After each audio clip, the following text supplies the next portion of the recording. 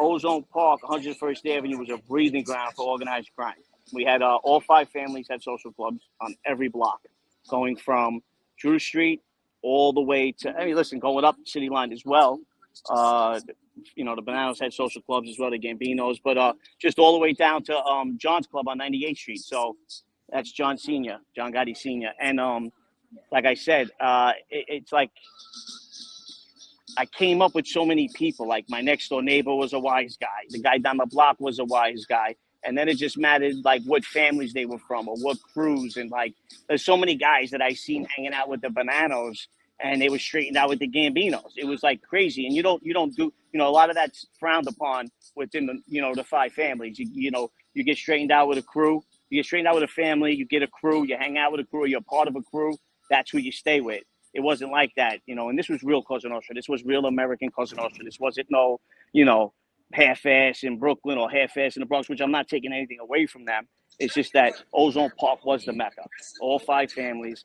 There was a boss, probably at least a boss or an underboss or a consigliere that lived in Ozone Park at Howard Beach within all 5 families at one point. So that was the Mecca. That's where they lived. I mean, you're picking up your bread on Sunday and you'd see the underboss of the Colombo family, or you see an acting boss of the Gambinos, or it was just like an everyday thing, And it was like when I was younger, people would see me and be like, yo, you just said hello to the underboss. And I'm like, bro, that's the guy that lives down the block where I played Little League with his, or whatever, you know what I mean? That's what I grew up in. That's what I was a part of. My crew was very well known throughout the country. We were the princes of the city, and we did anything and everything. We made tons of money, and we got pinched in that.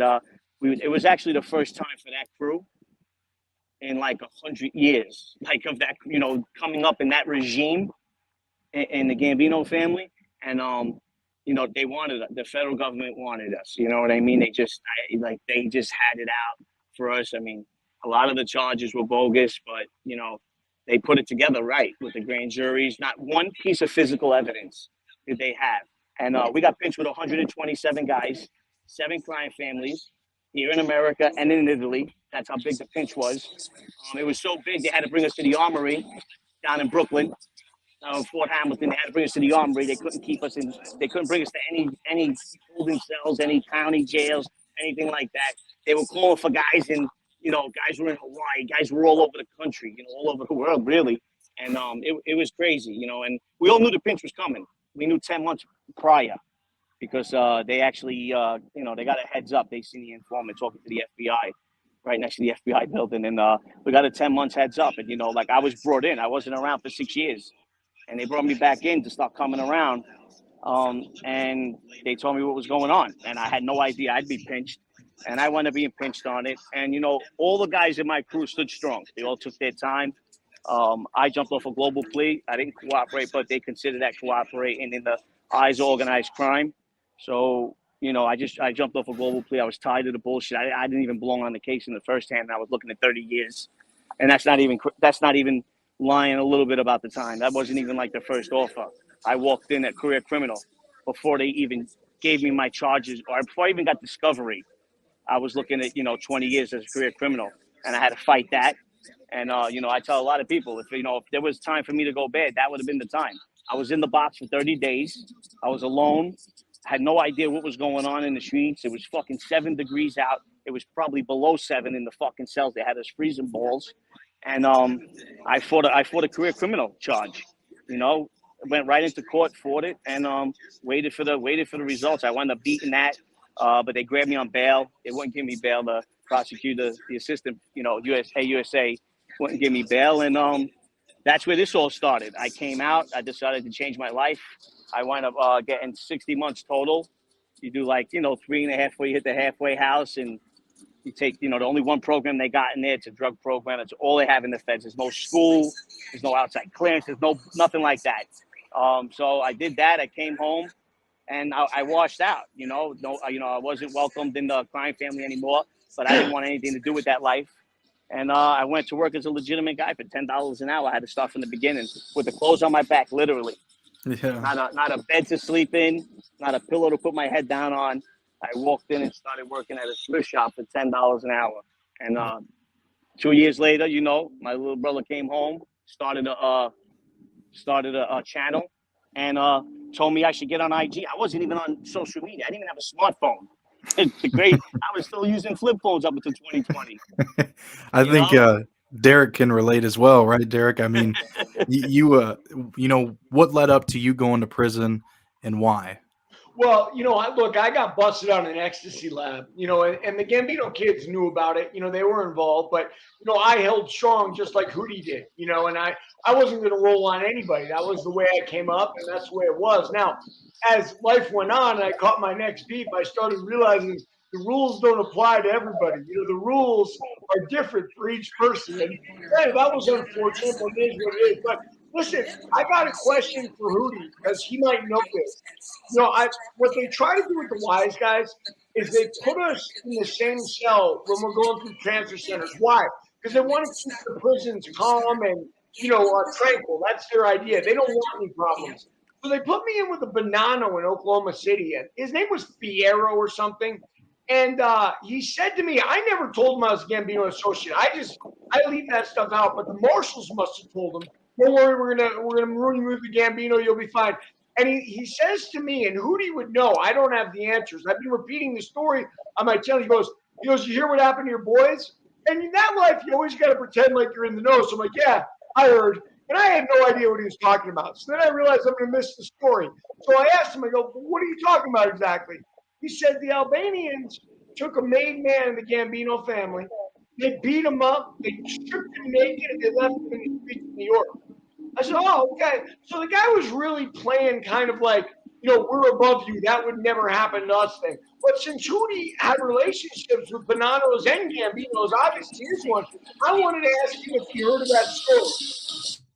in the Bronx to the Gambinos and the Genovese, and they walked into a Lucchese club as well.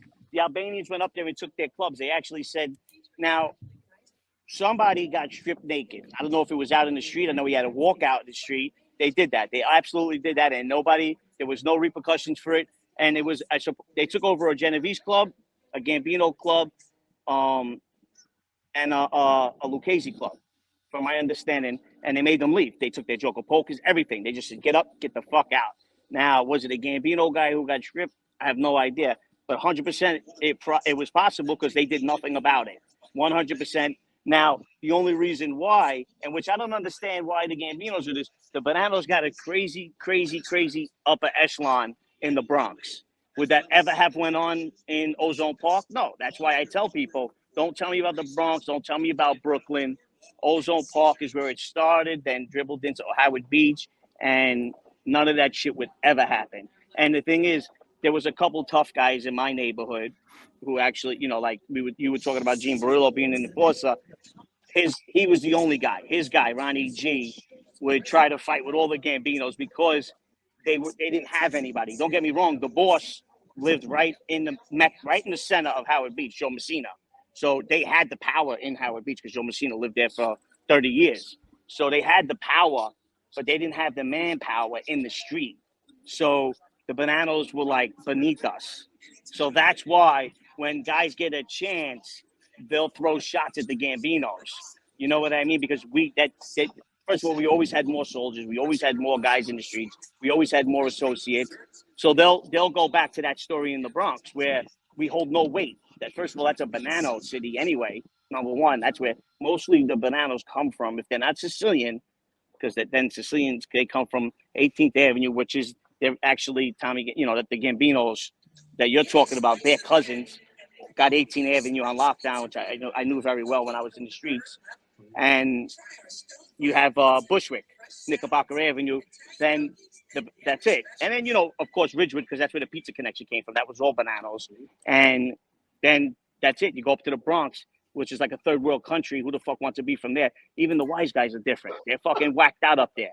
They're all at war. Listen to me. If you know the rules, one, you can't go to a meet with a pistol. You can't walk into a social club with a pistol.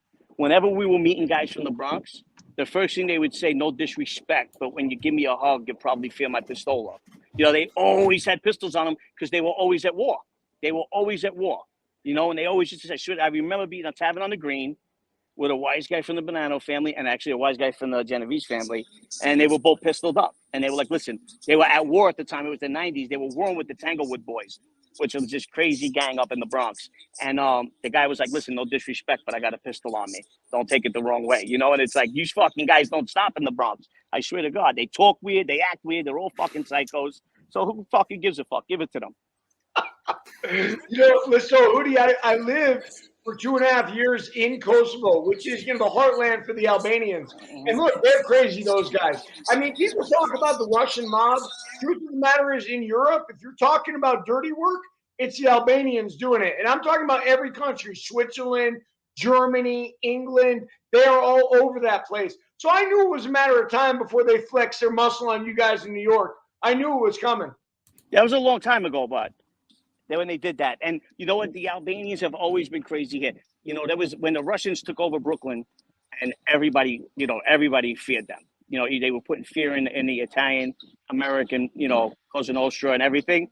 When the Albanians came into the picture, that was the first time I ever seen the Russians run scared. You know what I mean? First of all, they got names you can't understand. And they got 16 of them. They got 16 names. They hold zero loyalty to their own blood. Zero loyalty. I mean, listen, I know some Albanians. Hey, thanks for watching this clip. This clip came from one of my interviews I did in the past. Please hit subscribe if you want to get more clips like this. Also, if you want to watch the full interview, I'll put a link in the description. Or you can hit the button on the screen to watch the full interview.